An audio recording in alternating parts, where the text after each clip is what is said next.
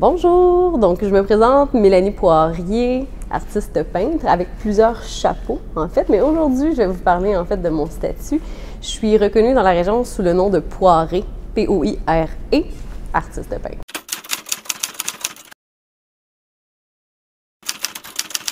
En fait, ce qui m'a amené à développer ma pratique artistique, c'est quand ça fait environ 20 ans que je fais de la peinture. Donc, j'ai une technique en art plastique à Lionel-Groulx, à Sainte-Thérèse, et j'ai suivi mes études en design intérieur, décoration intérieure, étalage et tout ça.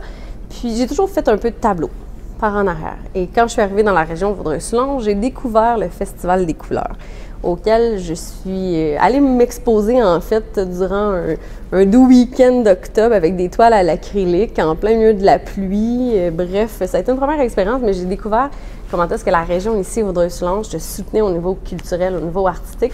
Et je me suis rendu compte que j'avais envie d'aller un petit peu plus loin, puis de faire découvrir un peu ce penchant-là. Puis tranquillement, bien, les racines se sont incrustées et je me suis mis à vraiment officialiser mon statut d'artiste peintre pour tous et pour moi.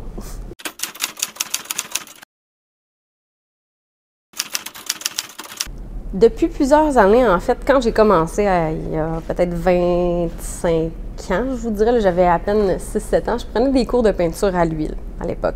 Donc, je prenais un cours par semaine, je faisais quelque chose, puis quand il y avait une petite erreur, il fallait que j'attende la semaine d'après pour pouvoir corriger puis apprendre avec les médiums. Rapidement, dans l'adolescence, j'ai découvert l'acrylique, Dieu merci. Produit immatériel, en fait, qui me permettait de faire une toile dans l'heure qui suivit, si ça m'intéressait, dans la journée, donc pouvoir faire plein de choses. Puis tranquillement, j'ai mélangé gouache et acrylique. Donc aujourd'hui, à l'âge de 35 ans, je travaille vraiment uniquement avec l'acrylique et la gouache, parce que les deux ont un peu des connotations de base avec le médium à l'eau, mais j'aime la différence. Puis on peut le voir dans l'exposition qu'il y a eu avec les signes astrologiques. On voit vraiment le côté lustré de l'acrylique, le côté mode de la gouache, mélanger les deux ensemble. Qu'est-ce que ça donne quand on est à mi-chemin entre tout ça? Puis en même temps, il n'y a pas une espèce de liquéfaction qui se fait, si on peut dire, avec la gouache, qui est beaucoup plus densifiée, c'est un peu plus d'eau dedans, si on peut dire. Sauf que j'ai rencontré des gens lors de l'exposition au musée de Vaudreuil-Soulanges. En fait, j'ai rencontré d'autres artistes qui sont venus me voir pour l'exposition, qui travaillent avec la résine. Donc, ça reste entre moi et vous, là. Il n'y a personne d'autre qui va savoir ça. Mais j'ai vraiment l'intention d'aller essayer l'époxy, la résine, tous ces matériels-là. Je suis en construction actuellement, puis je suis en train de me fabriquer un atelier dans lequel tout va éclater. Donc, si on se reparle d'ici un an, peut-être que tout ça va avoir évolué.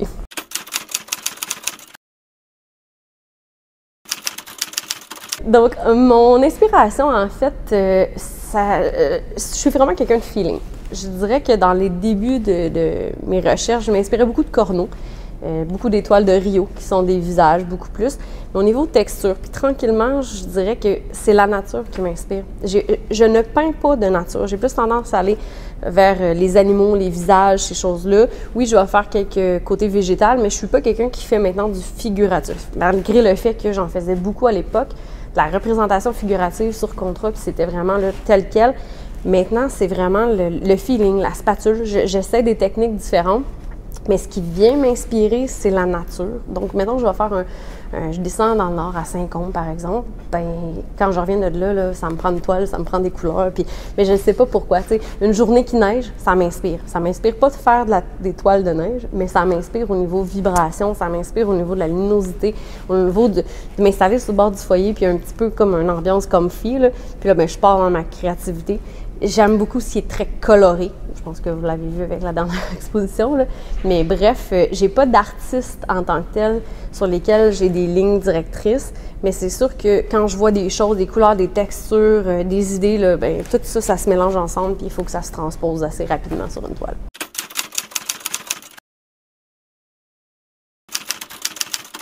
Ce que j'aurais à dire au public, là, en fait, c'est que trop souvent, on prend l'art un petit peu à part. On ne prend pas le temps de réfléchir, mais chaque chose qui existe est designée par un artiste. Que ce soit un artiste industriel, que ce soit un crayon, que ce soit un bout de tissu ou que ce soit une sculpture qu'on voit à l'extérieur, c'est fait par quelqu'un de créatif. Ça a été des fois designé pour une question fonctionnelle, Mais j'invite les gens vraiment à s'inspirer de ça puis à prendre le temps de réfléchir. Dans Vaudreuil-Soulanges, là, on a des bijoux d'œuvres d'art. On a des artistes qui sont un peu partout sur les territoires, sur les écoles, dans des endroits publics. À plein d'endroits, on ne se rend pas compte comment est-ce que les artistes de Vaudreuil-Soulanges sont impliqués et ils changent la donne. Quand on passe, mettons, à Vaudreuil-sur-le-Lac, là, ou à Vaudreuil, je ne me souviens pas exactement l'endroit, mais on est bordé où est-ce que le Cafexo. Il y a plein d'art qui est là, il y a plein de panneaux, il y a plein de choses. Il y a tout le temps des trucs éphémères qui se font dans la région.